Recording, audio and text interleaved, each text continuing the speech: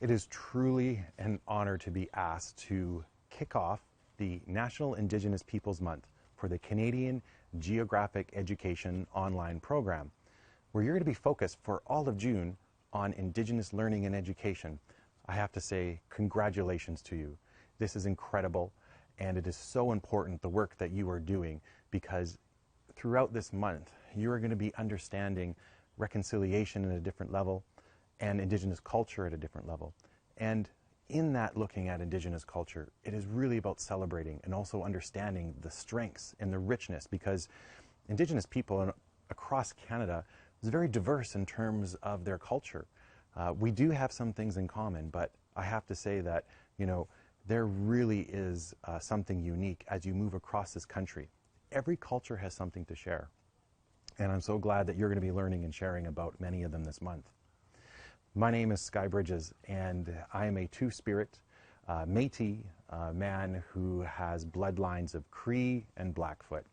And I'm coming to you today from the traditional Treaty 1 territory and homeland of the Métis Nation, Winnipeg, Manitoba, which also just north of here is Manitowoc, the center of Turtle Island. Actually, just right behind me here is the Red River, which many Indigenous people used to travel to come to Manitowoc, all across Turtle Island. There were lots of interactions between Indigenous peoples across North America, being connected, sharing in everything from music to culture. And I guess really that's where we are right now, though, is relearning that culture. I work for APTN, and I want to take a step back for a moment as we look at, well, what happened before we created the National Indigenous Peoples Month. We created National Indigenous Peoples Day June 21st. And when that day was created, I couldn't help to notice that every time that you would turn on the news, they would mention it, and then they would go through all the issues that are still facing Indigenous people. So we thought at APTN, this is not the spirit in terms of why we created this day. We wanted it to be a day where we would celebrate our culture, inspire our youth, honor the wisdom of our elders, and invite Canadians in to take in that sharing of our culture. And so we created National Indigenous Day, a live concert celebration, and it has grown to broadcast at 3 locations across Canada. So around June 21st, we usually hold the show on the Saturday closest to. And I have to say, now when you turn on the news, they now talk about what APTN is doing around National Indigenous Day. They're talking to our hosts, they're talking to our artists, and it really has become the largest celebration of Indigenous culture in Canada. Now, with what we're going through right now, unfortunately, that big live outdoor performance won't be happening June 21st. We are going to have a summer solstice concert on June 21st on the network, so I do hope that you tune in to watch that. It'll be artists sharing their music and culture from their homes. Now, when we look at National Indigenous Day and really what has been created, it has been, as I said, about inviting Canadians in. At the end of one of the shows one night in Winnipeg, and we had probably around, I would say, 18,000 people. And I was walking out to grab something to eat from one of the trucks because I hadn't eaten all night as being focused on the show. And I went up to one of the food trucks, and there were 3 young girls, youth. And to me, visually, one of them was Indigenous and the other 2 were not. And as they were waiting for their food, they were all watching together on their smartphone. They had taped part of the concert that they were watching, A Tribe Called Red. And it struck me, because when I was a youth, that would have never have happened. That acceptance and excitement, that youth was so proud to see what we can be as a people on a stage with, all of the expression of a high quality show. She was proud, and she was sharing, and they were re-watching it together. I was mostly picked on, and I think for many Indigenous people, they had the same, obviously, storyline as me. My parents never wanted to admit that they were Indigenous. Even in my schooling at the time, they never talked about the culture and the richness and the gifts that it can bring to society. And so this goes into the important work that you are doing. You are bringing forward a sense of confidence to our youth. And on top of it, for many of them, as for me, my parents were disconnected from it. You know, one of the other interesting stories that someone shared with me for Indigenous Day Live was we always set up a ceremony at every location for our show, and it involves a sunrise ceremony to honor the solstice and the sun coming up on what is the longest day of the year. And everyone is invited to that sunrise fire ceremony. And what had happened, a staff member shared with me that they were chatting with this indigenous man who came, and then, you know, she just asked him, you know, what brought you here? And he said, you know, I feel like I'm a bad, he said, a bad native. And she said, well, why is that? And he said, because, you know, I was adopted by a non-Indigenous family, and I was never connected to the culture, and I saw a poster about, you know, the ceremony, and I wanted to come. And again, that really kind of struck me, because even in the inviting people back into the circle, there's shame there. And so there's this healing journey we have to go on, and I don't think you can underestimate the impact of the education component of inviting culture into the classroom.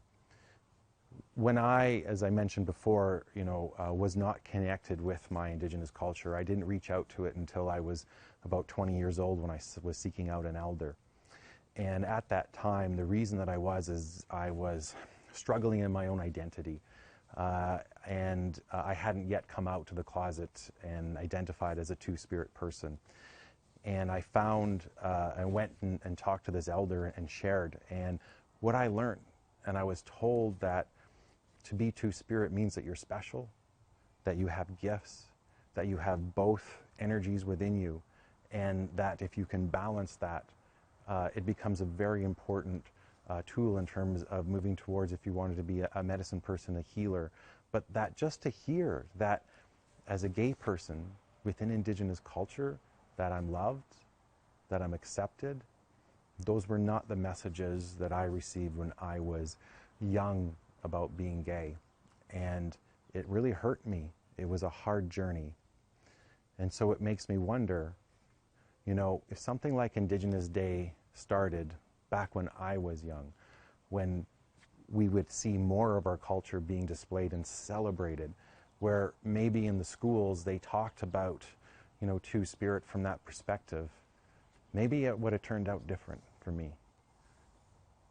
But what we're here today, though, is that we have the opportunity to change those paths. You have an opportunity to have a profound impact on not just Indigenous youth, but even non-Indigenous people who will be exposed to the incredible richness of the way that Indigenous people see the world, where we want to live in balance with Mother Earth, with nature, with everything. You know, I have to say that that was when I really started to understand that every culture has something incredible to share.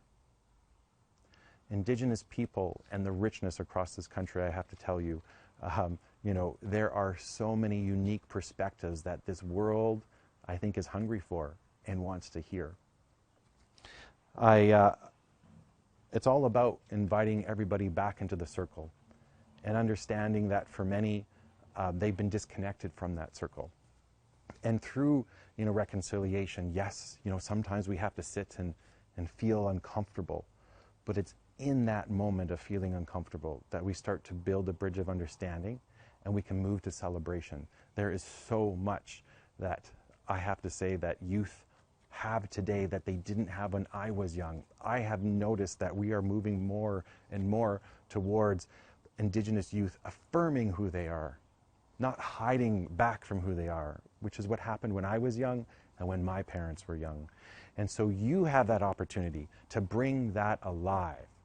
You have an opportunity of enlightening and learning about those very unique views that are held across this country, from two-spirited to respecting the land, to respecting each other, to moving towards what I hope will be a new idea of Canada.